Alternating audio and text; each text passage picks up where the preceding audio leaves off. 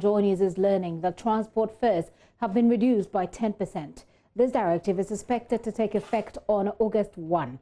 The decision was taken at a just-ended meeting between leaders of the Ghana Private Road Transport Operators and other stakeholders. The Chamber of Petroleum Consumers Ghana, COPEC GH, was part of that meeting, and its Executive Secretary Duncan Amoah is joining me via Zoom for more on this. Hello, Ms. Amoah. Good afternoon. Good afternoon, Gifty, and good afternoon to your viewers. Right. So tell us, what went into this decision? What I can confirm now, following from our discussions with the transport operators, as it stands now, effective the 1st of August, transport fares are going to go down by some 10% across the country.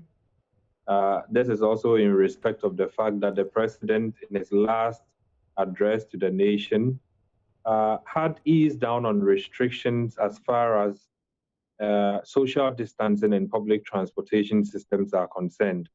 And so now that our public transport operators are back to picking the number of people that they are designed to carry, it becomes a bit difficult to further expect that whatever transport fare increases that was approved for them as recent as 2 weeks ago will continue to stand. Mind you, those fare increases were largely due to the social distancing rule, which clearly was a drain on their resources or potential resources that they would have made, because seats were going to be left idle in these vehicles per trip.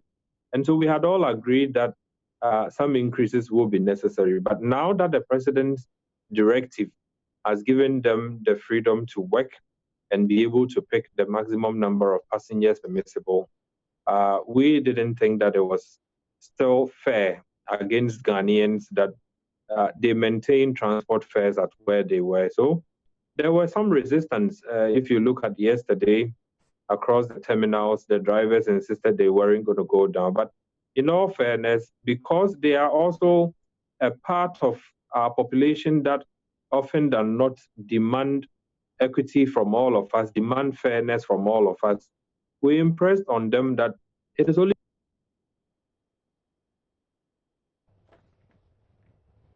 Duncan Amoah, I'm unable to hear you right now. I think that the video froze a bit up on us. But yes, it makes a lot of sense for them to cut down the prices, especially since now they've been allowed to go to work full capacity. If you can unmute, Mr. Amoah, and then tell us, how is this going to be implemented?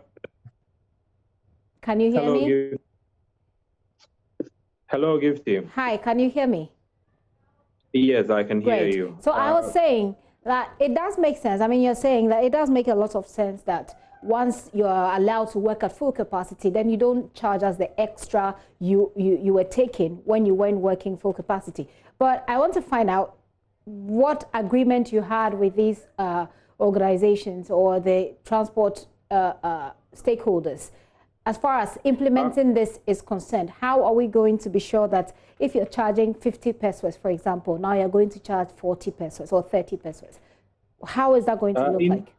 Indeed, the implementation will be largely spearheaded by the GPRTU across the terminals. One expects that by Saturday, the 1st of August, whatever fares that the road transport operators are charging currently, we would see a review downwards. The challenge we had with the 10% largely had to do with the fact that when it was announced some 15% increases had been accepted, you found a section of the drivers charging more than the 15%. Yeah. I don't know why I keep losing your sound intermittently. Ms. Amoah, I lost you. I don't know why I keep losing that intermittently. But the point you're making is that when it was increased by 15%, some of the drivers were charging much more than that. And apart from that, you're expecting that by Saturday, 1st of August, the GPRTU will be implementing, will be overseeing the implementation of this particular agreement. Yes, please go ahead from there. And we would also expect Ghanaians to also police the process. It shouldn't be said that Ghanaians elsewhere are being overcharged for transport fares at the time that there's a large, agreement by and large that transport fares at this point can no longer be sustainable to the public at the rates we took them because of COVID and social distancing. So, yes, the GPRTU would have published the new fares by Saturday, by which time we expect it to take effect. But then again, the public feedback and complaints also would largely be able to help all of us be able to monitor the process and ensure that drivers in some parts of the country would not continue to overcharge whilst others have reduced their rate. So it's a process that we would all have to probably commit to and ensure that once this agreement has been reached, the Transport Ministry has been swift in all of this, has led this whole process, has ensured that Ghanaians are given value for money at this point. The drivers will have a duty to oblige, and we would also be monitoring the entire process to ensure that some section of drivers who actually did 40% are complying and not continuously overcharging the public as we have seen in the past 2-3 weeks. Right, we look forward to Saturday when this actually takes effect. And I'm sure that we'll come back to you and get more of your thoughts on that, whether it's worked, it hasn't worked, or what we can do from then on. Thank you, Duncan Amwa.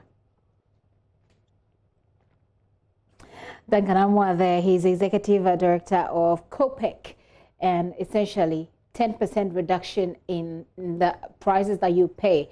Executive Secretary, I understand, not 10% less than what you're paying for transport fares, especially if you're using the taxis or if you're using the trotros, 10% off of that. But he's saying that implementation will be done by GPRTU, but you as the commuter, you as the consumer, you as a customer will have to make noise about it if they don't, apply these new charges.